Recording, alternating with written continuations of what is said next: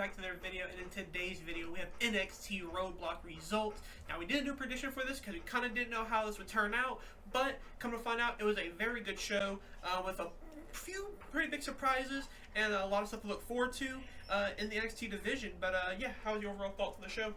Yeah, just every match on the card was good. It was fun. There was a couple, I guess, surprises, I guess, if you want to say it. And yeah, always ends on a great high note with how it ended, of course. But yeah, we'll get into all that. Yeah. When we start off the night with the Hardy Boys taking on Nathan Frazier and Axiom for the TNA World Tag Team Champions, and the Hardy Boys come out on top and defeat Fraxium in a very, and at least in my opinion, a little bit surprising, but in a very good match. Yeah, there's one team that's going to bring the best out of any other team. That's probably Nathan Frazier and Axiom. They proved that tonight. They proved that they are one of the best tag teams just in the world. To be able to pull a match of this quality out of the Hardy Boys at their age and all of that stuff, it was amazing to see. Obviously, it's great. It's always great to see the Hardys kind of in good form and looking good. Kind of brings back memories and all that from their past days. But yeah, this is probably one of my favorite matches of the night here. Nathan Frazier and Axiom, they're slowly but surely rising up on my list, and yeah, they're just one of the greatest tag teams in the world at this point, not even in WWE, just in the world. Yeah, and at least the vibe I got from it when I was rewatching, because I wasn't able to watch it live, but it doesn't feel like this is over between the two teams. I do feel like we're going to get another match between them, maybe potentially for the NXT Tag Team Champions now. But if it is the end, what a great way to have this one and done. But hopefully we see a little bit more of the Hardy Boys in TNA or in NXT, or hopefully just in WWE in general. Because I think there's something that could be missing and can kind of revitalize the tag team division. Yeah, it would be nice to see them defend the NXT titles in TNA potentially at their upcoming Sacrifice pay-per-view or something like that, maybe. Yeah, that'll be fun. Yeah. And then after that, we had Jordynne Grace versus Roxanne Perez, where Jordynne Grace wins and defeats Roxanne Perez in another banger match. Yeah, and this is going to come out to be my favorite match of the night. It felt like it just kind of flew by. It was a really good match, and it felt like it was almost like a 6-minute match, but it ended up being closer to 12 minutes. But yeah, they made everything just look flawless. Roxanne always looks good. Same with Jordynne Grace. Jordynne Grace proving that she is one of the best in the world, especially with the way how the match ended in kind of a dominant fashion from Jordynne Grace.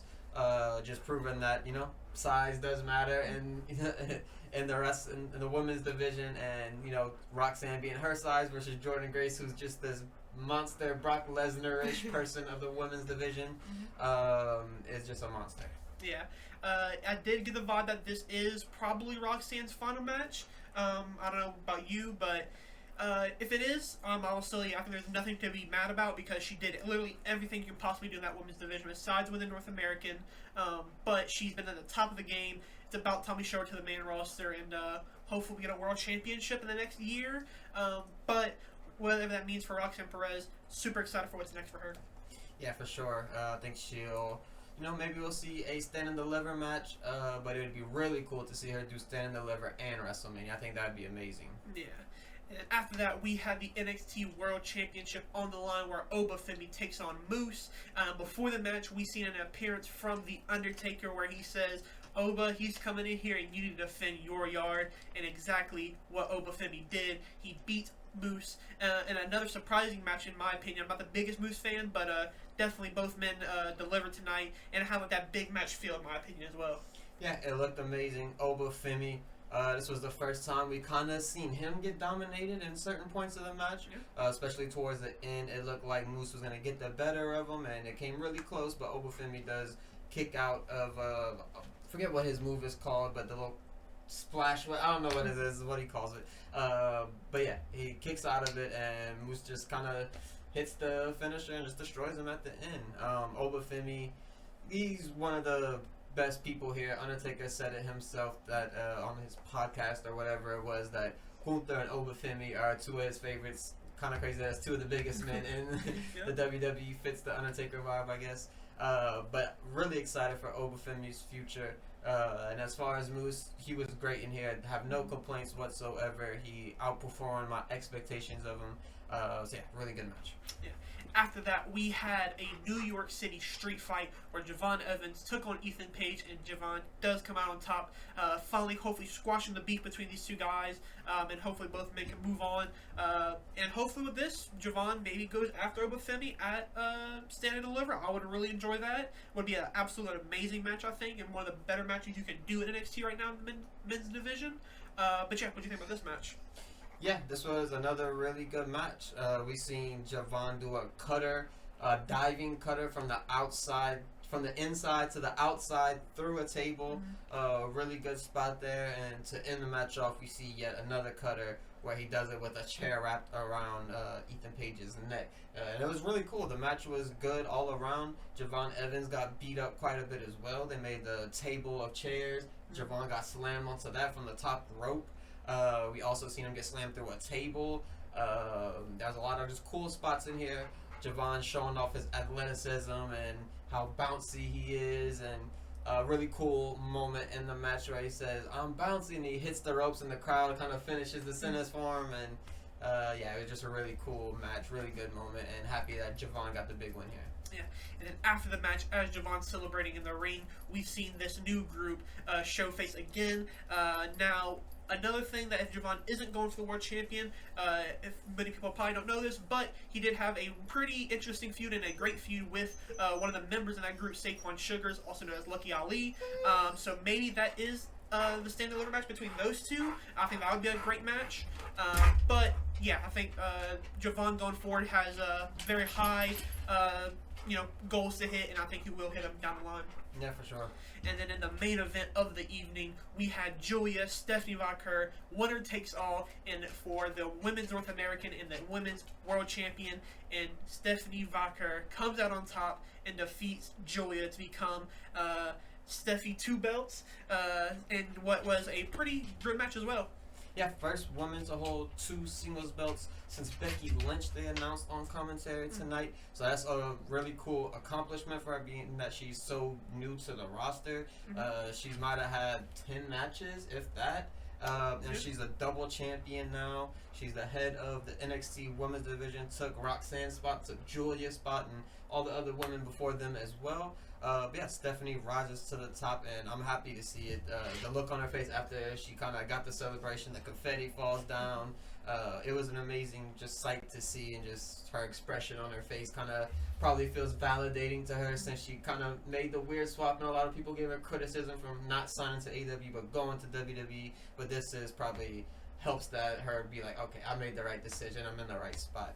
But as far as the match, amazing match. We've seen all the spots that you want to see. We've seen top rope suplexes from Julia. We got the move from Stephanie Vaquer with the puts their head between her legs and slams them. We've seen 3 SVVs, I believe is what she calls it. And yeah, it was just an amazing match in general. Felt maybe a little bit short as far as, I think the Roxanne and Jordan match was a little bit better. But still, just an amazing match. Yeah, we did hear a few rumors in the previous weeks that Julia is probably injured, and this is probably why Stephanie's they're kind of doing this match now. Obviously Julia's planning to sit some time out. Booker T also did mention that it's kind of a loser leaves town match, so maybe this is an early call up for Julia as well. So to get her on main roster, I personally don't think so, but could be a little tease for whatever reason. Yeah, for sure. It would be very exciting to see her get called up that fast. I haven't really been super impressed by her in-ring stuff. I think she still has some time to kind of get used to the WWE way of things rather than the Japan way of things, or just whatever other style that she does know. But Stephanie does seem like the one that would be a little bit more ready maybe for the main roster. Her English is a little bit better as well and stuff like that. So I think Stephanie would have been my pick to bring up if I had to choose between the two. But obviously the better pick between even over both of them is just Jordan Grace. She should be the one that goes up anyway. So yeah. Yeah, I'm interested to see now what is the stand and deliver plan. Will it be a triple threat if Julia is able to make it back in time? Jordan Grace going to be in this picture? Is Roxanne going to try to come back for the belt? Who knows? But like we said, overall, a great night of NXT, and they put out a pretty good show. And yeah, obviously, what was your favorite match of the night? Yeah, definitely Roxanne Perez and Jordan Grace. They always just impress me. Definitely could have went with Hardy's, Nathan Frazier, and Axiom as well, because that was just an amazing match that I didn't expect to be as good as it was. The Hardys look good. Axiom, Nathan Frazier look good. But yeah, we'll go Jordan Grace and Roxanne Perez. Yeah. And that will do it for us from NXT Roadblock. Let us know your guys' results and or your guys' reactions to all the results down in the comments below. If you haven't already, make sure to like and subscribe, and we'll catch you guys in the next one.